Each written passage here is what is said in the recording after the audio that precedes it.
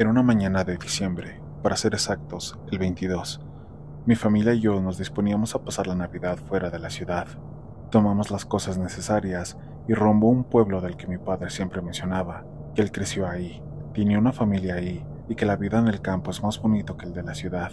Todas esas cosas que quizás algunos detestamos de los padres. Al llegar al pueblo me sentí muy enojado. Habíamos recorrido un buen tiempo hasta ahí y lo que veo realmente me enfurece. Casas muy rústicas, hechas de barro, por cierto, las cuales había unas 20 o algo más. Mi teléfono celular no mostraba señal y era obvio que no había internet. Miré al cielo y en mi mente solo decía, solo 5 días, solo 5 días. Mi padre, al ver mi expresión, me dijo, anímate hijo, mira a tus hermanas, están felices. ¿Acaso no respiras el aire fresco? ¿Acaso no ves lo hermoso del paisaje que tenemos? Le dije a mi padre, ok, está bien. Trataré de no morir de aburrimiento. Me fui a sacar las cosas del coche. Poco después mi padre se encontró con uno de sus tíos, primos, qué sé yo. Lo único que hice es presentarme y jugar con mi celular. Eran ya las 10 de la noche. Mi padre vino al lugar donde nos estábamos alojando con 5 platos de comida para toda la familia. Al probarlo, casi vomito. No era ese sabor de la ciudad. Sabía raro. Lo único que hice es poner el plato en el suelo y echarme a dormir. Ya para el 24 en la noche, estaba algo calmado y resignado. Tenía que pasar la Navidad ahí. El tío o el primo de mi padre era muy amable y parecía una buena persona. Ya para las 10 de la noche, mi madre soltó su cabello y empezó a peinarse. Le pregunté por qué hacía eso, y solo me dijo que se sentía incómoda. El primo o tío de mi padre le dijo a mi madre que por favor no botara su cabello por la calle, ya que eso es peligroso por esos lugares, y se fue a traernos la cena. Mi madre, sin hacerle caso, juntó lo que sobraba de su cabello del peine. Sí, ese que a veces nos peinamos y queda un poco ahí, en el peine. Lo cogió y abriendo la ventana lo botó. Nunca debió hacer eso. Eran aproximadamente las 11:58 de la noche. Había algo de música y comida. En el momento en el que todos nos saludamos por la llegada de la Navidad, vi una sombra pasar por la ventana de la casa. No sabía qué era, pero sentí que no era algo normal y que su presencia me causaba terror, así que decidí ignorarlo. A la mañana siguiente, desperté y recordé esa cosa que pasó por la ventana. Moví la cabeza y decidí olvidarlo, pero mi madre estaba algo mal. Mi padre, preocupado por la salud de ella, decidió que todos volveríamos a nuestra casa. Yo, contento de la noticia, solo alisté mis cosas y fui a rumbo al coche. Entré ahí, me puse los audífonos y vi a mi padre traer a mi madre entre sus brazos. En ese momento pensé, no creí que fuera algo tan grave. ¿Qué sucede? Mi padre la metió al coche y casi sin despedirse encendió el coche y nos fuimos. Desde que salimos hasta llegar al hospital, mi madre no dejaba de vomitar. Al llegar al hospital, mi padre salió con mi madre. Mis hermanas y yo esperamos en el coche. Mis hermanas empezaron a llorar. Mis hermanas se llaman Tania y Jessie, de 4 y 2 años respectivamente. Lo único que podía hacer era calmarlas. Pasaron aproximadamente 2 horas y mi padre volvió. Nos dijo que nuestra madre estaba hospitalizada. Algún mal, algo que le cayó mal en el pueblo, hizo que se pusiera así. Nos fuimos a casa. Mi padre por alguna razón decidió dejar a mis hermanas con mi tía. La hermana de mi madre le contó lo sucedido y de inmediato se hizo cargo de mis hermanas. Me levanté con los llantos de mi padre en la sala. Miré el reloj y eran las 3:14 de la madrugada. Bajé y le pregunté que qué le pasaba y si estaba bien. Mi padre solo me miró y con un mar de lágrimas en su rostro me dijo, no te dejaré nunca, ni a ti ni a tus hermanas, los cuidaré hasta mi muerte. Me abrazó fuerte, me quedé helado y por fin me dijo, tu madre acaba de fallecer.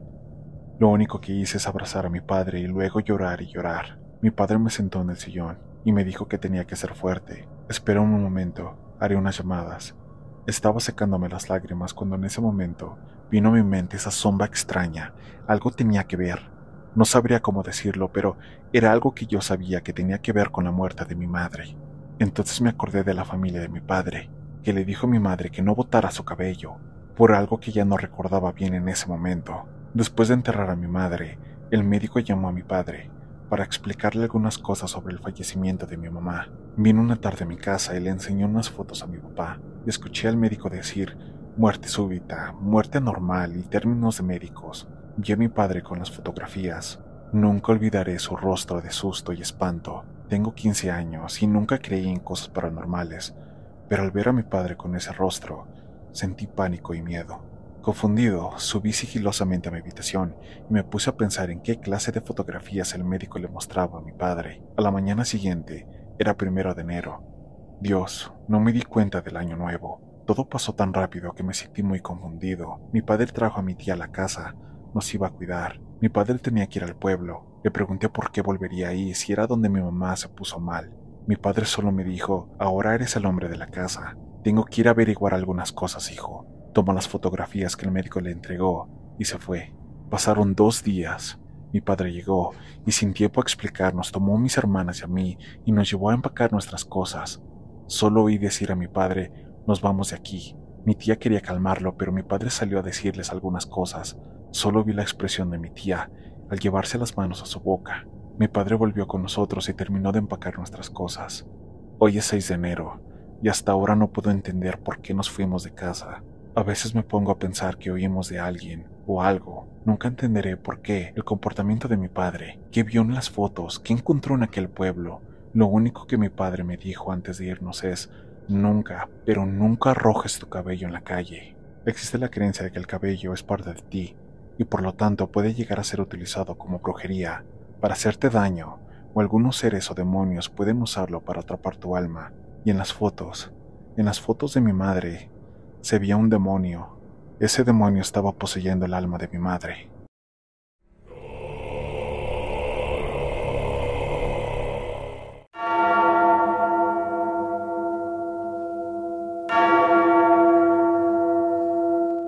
La brujería es algo que hasta hace no mucho tiempo creí que solo eran supersticiones.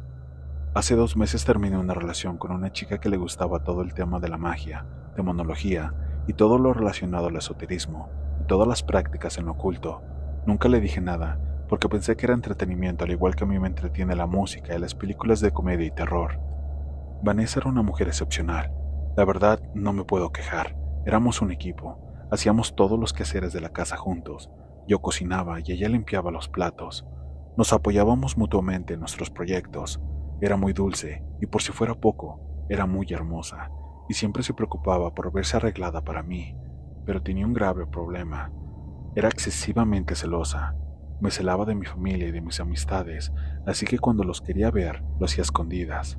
Con el tiempo, me fue absorbiendo más y más, hasta el punto que comencé a perder a todos a mi alrededor. Mi familia me dejó de llamar, y de mi familia solo me escribía mi mamá para saber cómo estaba. Ya no nos invitaban los domingos a casa a comer. Hablábamos sobre este problema y prometía siempre cambiar, pero solo fue de mal en peor. Llegó el día en que ya no aguanté más y terminamos. Recogí mis cosas y me fui a la casa de mis papás. Intentó detenerme, pero no lo permití. Primero intentó manipularme con el típico discurso de pareja arrepentida. Yo te amo, prometo cambiar, por favor no me dejes. Al no funcionar se fue a lo físico. Me tomó con todas sus fuerzas para que no saliera de donde vivíamos, pero como pude me la quité de encima, procurando no lastimarla. Después de eso llegó el acoso. Llegaba a la casa de mis papás, llegaba a la casa de mis amigos, y la gota que rebasó el vaso es que fue a mi trabajo y montó un espectáculo, lo cual ocasionó que me despidieran. Después de eso ya no me llamó, ni me buscó más, pero no duermo de noche desde hace un mes. Sufro de horribles pesadillas, siento como si alguien se subiera a mi cama.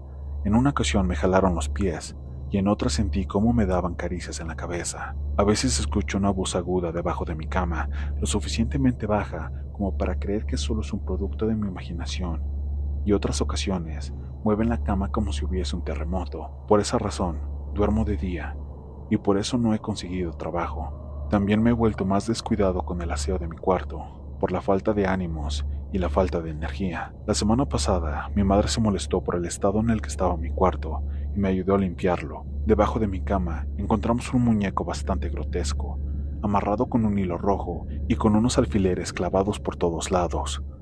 Mi madre insistió en llamar a un sacerdote para que pudiéramos bendecir la casa y quemar el muñeco, y también llamar a Vanessa para reclamarle y amenazarle con una denuncia, pero no quise. Le pedí que no lo hiciera, porque tenía ya tiempo sin fastidiarme y no quería alborotar el hormiguero. El muñeco le dije que lo quemara, y lo del cura le dije que no lo hiciera ya que solo eran supersticiones. Pero anoche pasó algo que me mantuvo en vela toda la noche, hasta el punto de tener que ir a quedarme en una colcha en el cuarto de mis padres como si fuera un niño pequeño. Mi cuarto queda en el segundo piso, Estaba tranquilo jugando con mi consola de videojuegos que había dejado allí cuando me mudé con Vanessa. De repente sentí un escalofrío y una horrible sensación de estar siendo observado. No le presté atención y salí de mi habitación a la cocina para comer algo.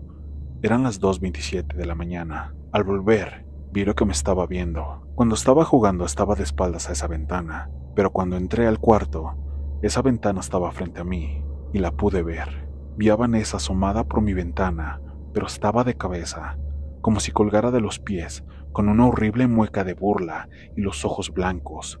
Al ver mi reacción nerviosa, se echó a reír y se dejó caer al patio de la casa. Me asomé por la ventana y vi un enorme pájaro negro que levantaba vuelo y se perdía en la noche. No dormí en toda la noche, y hoy salí de mi casa a las 7 de la mañana para buscar a Vanessa y confrontarla, pero me enteré de algo. Después de que terminé con ella, la bloqueé de todas las redes sociales y bloqueé a su hermana y a su papá para no tener ningún tipo de contacto con ella. Y como no tenemos amigos en común, hizo mucho más fácil la incomunicación. De lo que me enteré fue que Vanessa se había suicidado ya hace un mes. Por eso no supe más de ella. Según me contó la señora que nos rentaba el departamento, es que se cortó las venas y con esa sangre dibujó símbolos en el piso y en las paredes hasta que cayó desangrada. Se enteraron de su muerte porque la putrefacción de su cadáver a los días impregnó todo el piso y el apartamento de arriba. A esta hora no he podido dormir nada desde ayer a las 3 de la tarde y hoy no pude dormir en todo el día y sé que no podré dormir esta noche. Lo sé porque me acosté al revés en mi cama viendo hacia la ventana y la estoy viendo, colgada de los pies, riendo asomada por la ventana, y me dice que me ama.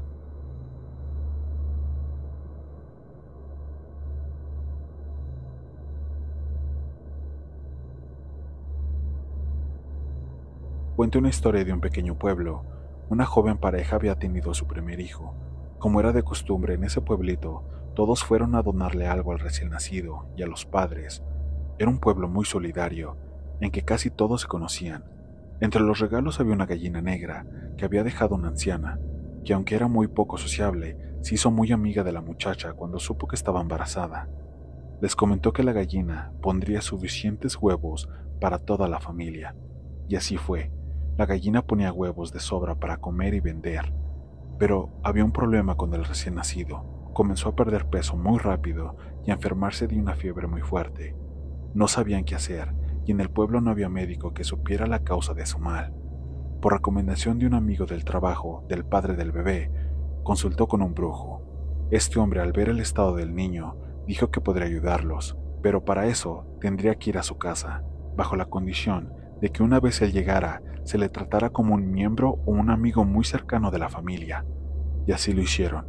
El brujo llegó a la casa, lo saludaron amablemente y le hicieron pasar como un familiar. Una vez adentro, no paraba de mirar por todas partes como buscando algo. Salió de la casa y caminó alrededor de ella, mientras platicaba con el padre del bebé, y disimuladamente regaba sal por todo alrededor. Una vez completado el círculo, abrió el corral de la gallina, la cual intentó escapar dando saltos, pero no pudo cruzar el círculo de sal. Al fin, el brujo la tomó del cuello, y ante la sorpresa de todos la gallina habló. «Suéltame, maldito indio», gritó la gallina con una voz ronca de mujer. El brujo comenzó a llenar el pico con unas hierbas que hicieron que la gallina se retorciera, y poco a poco tomara la forma de una anciana. Esta, al verse descubierta, salió corriendo soltando gritos y maldiciones por todo el monte. El brujo les comentó que ella era la bruja que estaba enfermando al bebé. Después de que la bruja se fue, el bebé pudo sanar completamente.